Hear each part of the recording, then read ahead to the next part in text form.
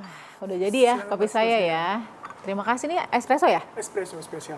Wah, thank you Mas Oji. Mas Oji, dengar nggak kemarin sempat heboh-heboh ada pabrik film porno ya yang digerebek di Jakarta Selatan?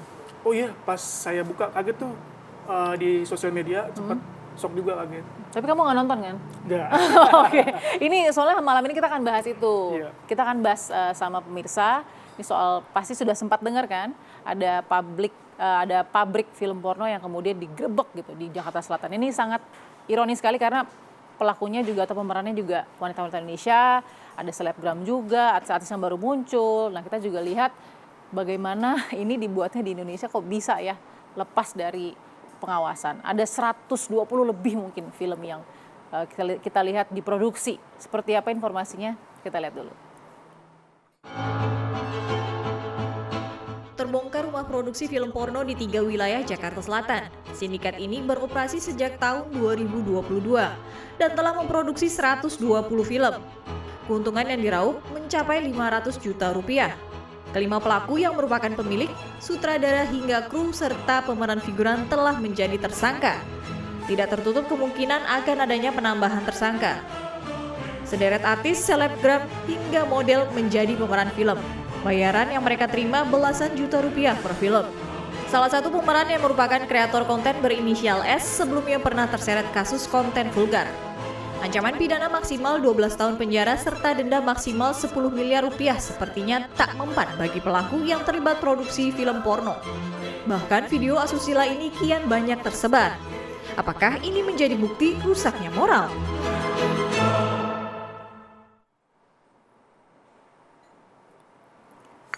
Nah, tadi sudah lihat ya, aduh oke kita nggak sabar mau bahas ini kenapa, karena kok bisa itu diproduksi di Jakarta Selatan dan ratusan juga jumlahnya.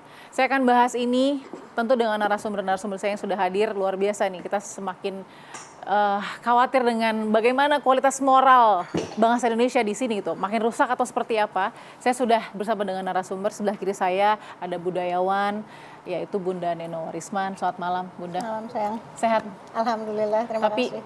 Sangat sedih ya melihat ini ya. Oh pasti. Waduh, ini mengecewakan pasti kalau melihat Bunda lihat ya ini ya. Dan sebelah kanan saya ada Ustazah Yati Priyati, Komisi Dakwah Majelis Ulama Indonesia. Ustazah Yati, apa kabar? Alhamdulillah sehat Mbak Kis. Terima kasih Ustazah. Amin. Mbak Kis juga ya. Alhamdulillah. Dan kemudian di sebelah kiri saya ada Mbak Zoya Amirin. Ini seksolog kita yang sudah hadir akan menilai apa yang terjadi sebenarnya di sini. Apa kabar Mbak Zoya? Sehat, terima kasih Mbak Kis. Terima kasih sudah hadir ya. Dan juga kemudian ada artis presenter. Bukan pemeran ya? Bukan pemeran.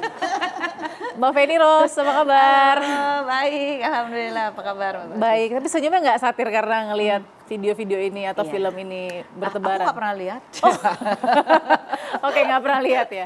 Tapi tadi melihat informasi saya mau langsung ke Mbak Feni ya. Aku? Iya dong, langsung. Kenapa? Aku kaget ya. Soalnya biasanya Mbak Feni serba tahu kalau udah berurusan dengan artis. Tapi aku disebut kalau tadi ada pemerannya selebgram, artis gitu, kan begitu aku cek, aku nggak terlalu familiar ya artis. Kenal tapi sama beberapa. Nggak, kayaknya pemberitaan itu kayaknya terlalu berlebihan ya. Maksudnya artis ternama yang mungkin dia punya nama, tapi kalau ternama kayaknya nggak juga. Belum gitu ya. maksudnya ya, masih baru Iya. merangkak Terus naik. disebut gitu. selebgram juga kontennya aku nggak pernah lihat, ya kan?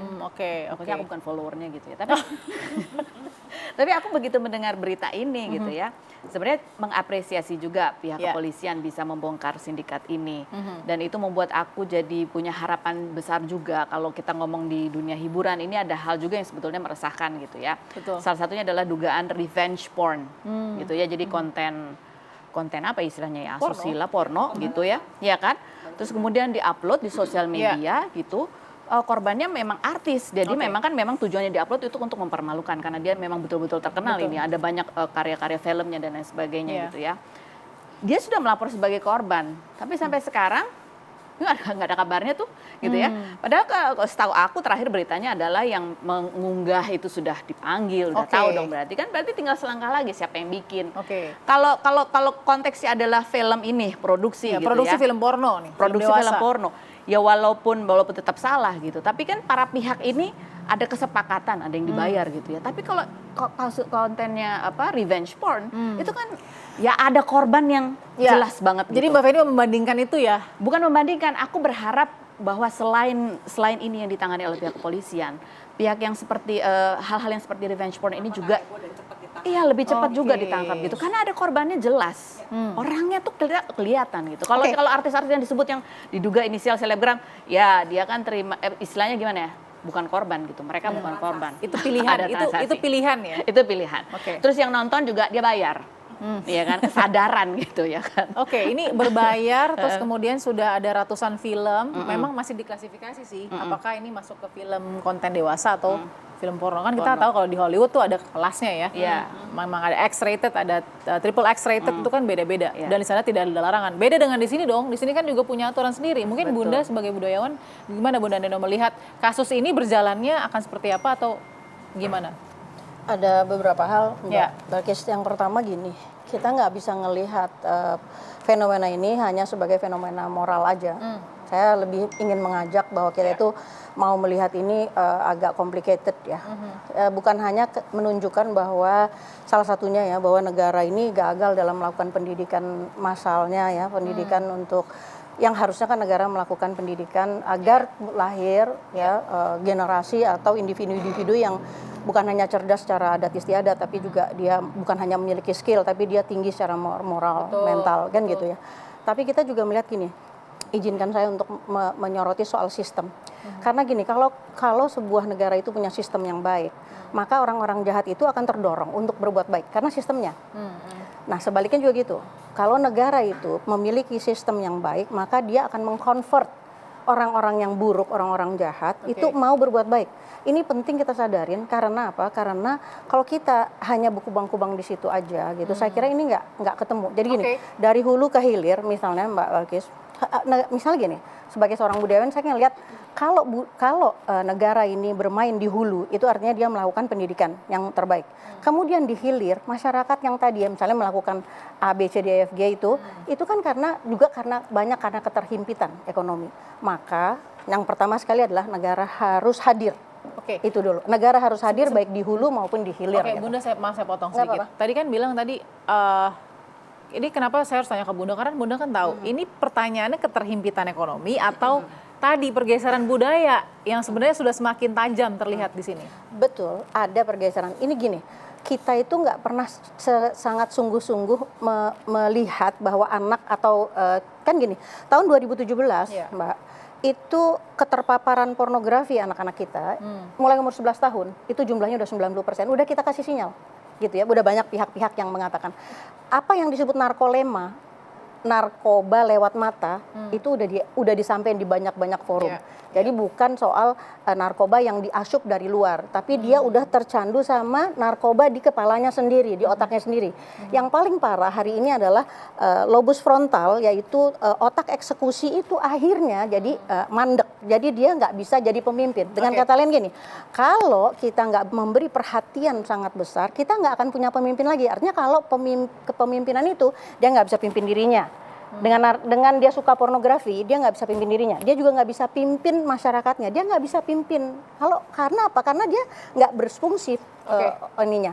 Nah, jadi keterpurukan moral kita atau pergeseran tadi yang Mbak Balkis katakan, itu memang lahir karena tidak adanya kepedulian baik negara maupun kerjasama dengan institusi di masyarakat sendiri. Itu disebut pengasuhan. Karena pada akhirnya pelaku-pelaku itu atau korban-korban itu adalah anak-anak kita. Bayangin di Sumedang, baik di Mojokerto, di mana ada anak melakukan pemerkosaan karena dia banyak menonton pornografi. Itu ayahnya ikut. Bagaimana? Ada anak umur 16 tahun memperkosa anak umur 4 tahun. Ada anak beramai-ramai memperkosa seorang siswi dan sampai mati. Ada anak, siapa yang menyelesaikan ini kan gitu. Kalau kita nggak segera, katakanlah misalnya negara cukup cerdas untuk melihat, ya udah tutup, misalnya VPN ditutup, misal dihentikan, kan gitu. Salah satunya, walaupun pasti banyak kontra, tapi pasti itu salah satu solusi. Itu kan solusi, iya, gitu kan.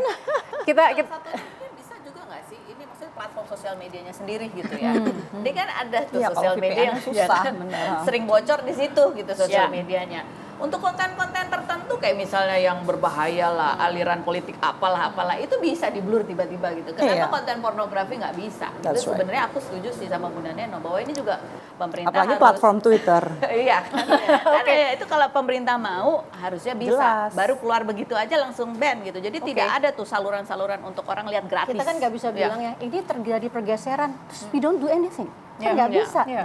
Kita harus melakukan sesuatu supaya nggak bergeser, nilainya menjadi lebih jeblok lagi gitu.